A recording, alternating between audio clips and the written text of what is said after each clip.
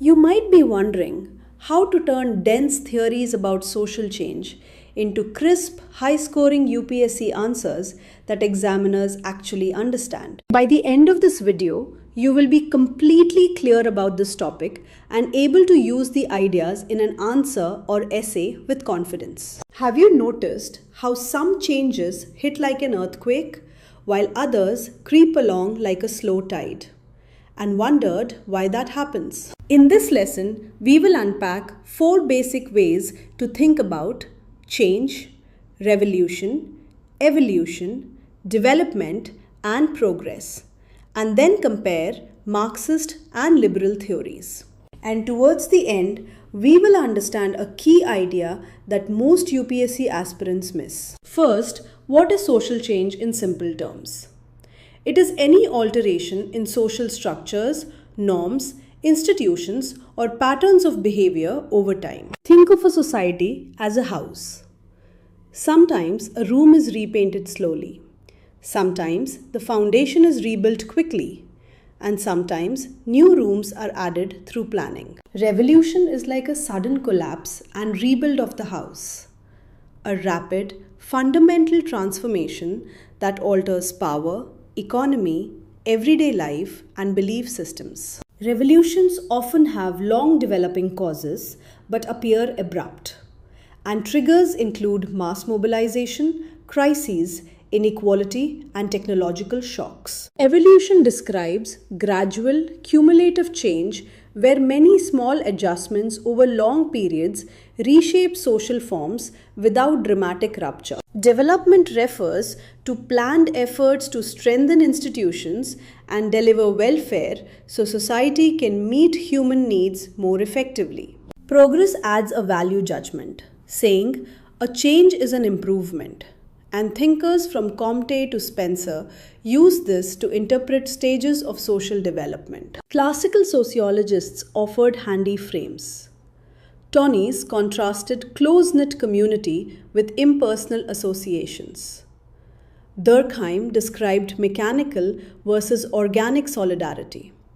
And Weber mapped traditional authority to legal, rational bureaucracy. Now to Marxist theory, which is crucial for UPSC answers when you discuss structural causes of change. Marx argues that material conditions and relations of production drive social change, meaning ideas and institutions follow the economic pace. Dialectical materialism explains change as contradictions, thesis meets antithesis to form a synthesis.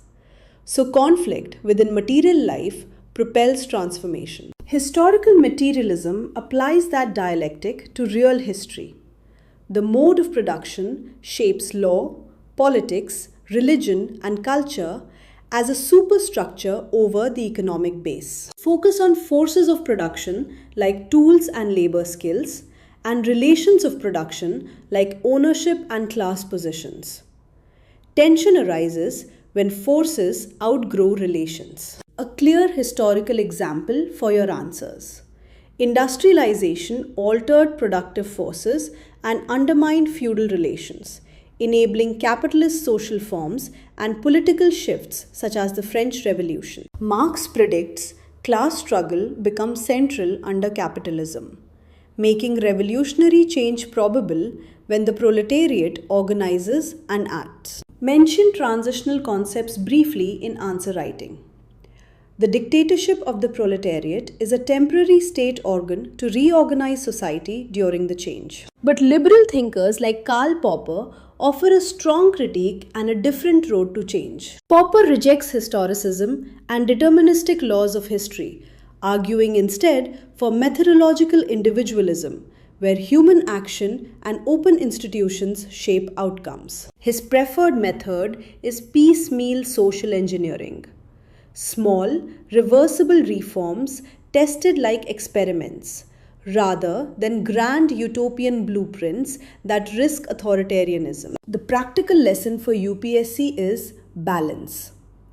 Revolutions can break power structures but bring risk, while reforms reduce risk but may be too slow for deep injustices. When you answer mains questions, compare give definition, state theory, provide an Indian example, and then a short critique or contemporary relevance. For instance, link historical materialism to land reforms or industrial policy in India, and link Popper to incremental welfare schemes or regulatory reforms. Exam insight. This topic frequently appears in GS Paper 1 under Social Change, in Sociology Optional, and often in essays on development and social transformation. Marking keys reward conceptual clarity, relevant examples, citations of thinkers, and a concise critique. So use a one-line definition, a diagram or analogy, and a short contemporary case. The key idea most aspirants miss is showing the interaction between structure and agency. Don't treat theory and current events as separate.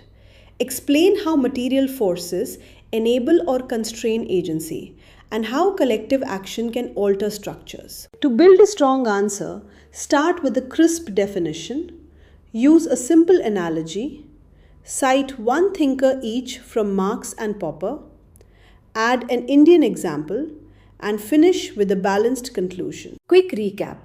Social change can be sudden or slow.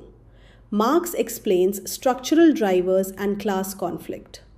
Popper stresses individual agency and cautious reform, and both perspectives help you analyze policy choices. Keep your language simple in the exam. Use one illustrative example and show why the theory matters for governance and social outcomes. You are closer to mastering this topic than you think. Practice converting one theory into a 200-word answer with an example and critique. If you want model answers, diagrams, and practice questions tailored to UPSC style, explore more lessons and resources on EduRev. Stay curious, keep linking theory to real policy, and I'll see you in the next EduRev lesson where we practice a full main style answer step by step.